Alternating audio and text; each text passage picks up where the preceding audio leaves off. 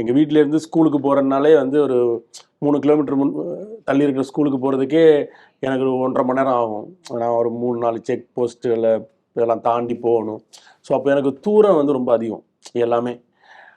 அப்போ வந்து நம்ம கற்பனையில் கூட நம்ம நினைக்க மாட்டோம்ல. நம்ம ஒரு நாள் சென்னையில் இருப்போம், படம் பண்ணுவோம்ன்றது வந்து நம்ம கற்பனையில் கூட இருக்காது. சின்ன வயசில் ஒரு ஏக்கம் இருந்துச்சு.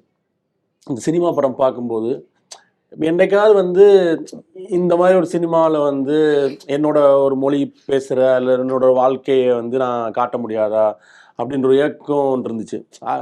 யாராவது பண்ணுவாங்களான்ற மாதிரி இருந்துச்சு. சும்மா ஒரு சின்னதாக ஒரு கேரக்டர் வந்தாலும் சின்னதாக ஒரு அப்போ நான் வந்து சின்ன வயசில் கொஞ்சமாக விஜயகாந்த் ஃபேனாக இருந்தேன்.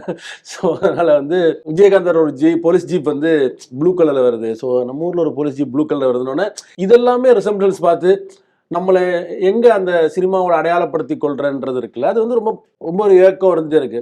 சினிமாவினுடைய கண்களில் படாத இடங்கள்ல இருக்கக்கூடிய எல்லாருக்குமே அந்த அந்த ஏக்கம் இருக்குன்னு நினைக்கிறேன். நம்மளோட கதைகளை சொல்லப்படணுன்றது தான் இதாக இருந்துச்சு. அப்புறம் வந்து போர் நடந்துட்டு இருக்கிற பகுதிகளில் வாழும்போது வந்து எல்லா திரைப்படங்களும் வராது. சில படங்கள்லாம் வந்து திரை கட்டி போட்டு காட்டின இதெல்லாம் இருக்குது. ஸோ அப்போ போரோட கதைகளை பண்ணணும்னு நினைக்கும் போது நான் அப்போ ஊரில் பேட்டில் ஆஃப் அல்ஜீரியான்னு ஒரு படம் பார்த்தோம். ஸோ அது வந்து கிட்டத்தட்ட நாங்கள் பார்த்துட்டு இருக்கிற ஒரு வாழ்க்கை இருக்குல்ல, அந்த வாழ்க்கையை வந்து ஒரு 62ல் ஒரு படம் பண்ணியிருக்காங்க. அது வந்து ஒரு ஒரு ஒரு ஒரு ஒரு அல்ஜீரியாவுக்கான சுதந்திர போராட்டத்துக்கான ஒரு கதை தான். அது ரொம்ப முக்கியமான படம். அதெல்லாம் வந்து தமிழ் படுத்தி போட்டாங்க. தமிழ் படுத்தினா டப்பிங் பண்ணுற வசதியெல்லாம் இருக்காது. ஒருத்தர் பின்னாடி மொத்த கதையும் தமிழ்ல சொல்லிட்டு இருப்பாரு, நான் படம் அந்த மாதிரி.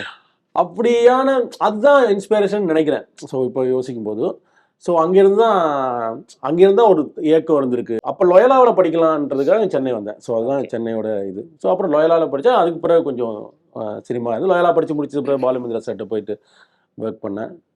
அவர்கிட்ட போகும்போது அவர் வந்து இல்லை நீ வந்து நான் வந்து ஃபோன் பண்ணுறேன், எங்கள் ஊர்லேருந்து ஒருத்தன் வந்திருக்க, நானே இப்போ பணம் பண்ணுறதுனா இல்லையான்னு தெரில, நான் வந்து சங்கருக்கு சொல்கிறேன், மணிரத்னத்துக்கு சொல்கிறேன், நீ அங்கே போய் வேலை செய், நான் வந்து இப்போ படம் பண்ணுவேன். நான் இல்லை சார், நான் உங்கள் கூட இருக்கேன். ஏன்னா சின்ன வயசில் வந்து எங்கள் ஊரில் போயிட்டு வரும்போது மட்டக்களூரில் போயிட்டு வரும்போது பாலுமந்திரா சார் வீடு அப்படின்னு பார்த்துட்டு போயிட்டுருவோம். ஸோ எங்களுக்கு தெரிஞ்ச ஒரு டேரக்டர் அந்த மாதிரினா அவர் தான். ஒரு 2 நாள் டைம் கொடுத்தாரு, போய் உன் ஃப்ரெண்ட்ஸ் எல்லாட்டையும் கேளு, இந்த மாதிரி இவங்க 2 பேர்ட்டையும் சேர்த்து வரேன்னு சொல்கிறாரு, நான் வந்து அவர்கிட்ட தான் சேருவேன்னு சொல்கிறேன், இவங்ககிட்டலாம் கேட்டு சொல்லு, அவங்கெல்லாம் என்ன சொல்கிறாங்கன்னு கேட்டு வந்து நீ உன் பதிவை சொல்லினாரு. நான் யார்ட்டையும் கேட்கல, இன்னும் கேட்டாங்க அப்போ என்ன சொல்லுவாங்கன்னு தெரியும். ஸோ நான் இல்லை சார் உங்கள்கிட்ட இருக்கேன்னு. அப்படி தான் சினிமாவுக்குள்ளே இருந்துச்சு.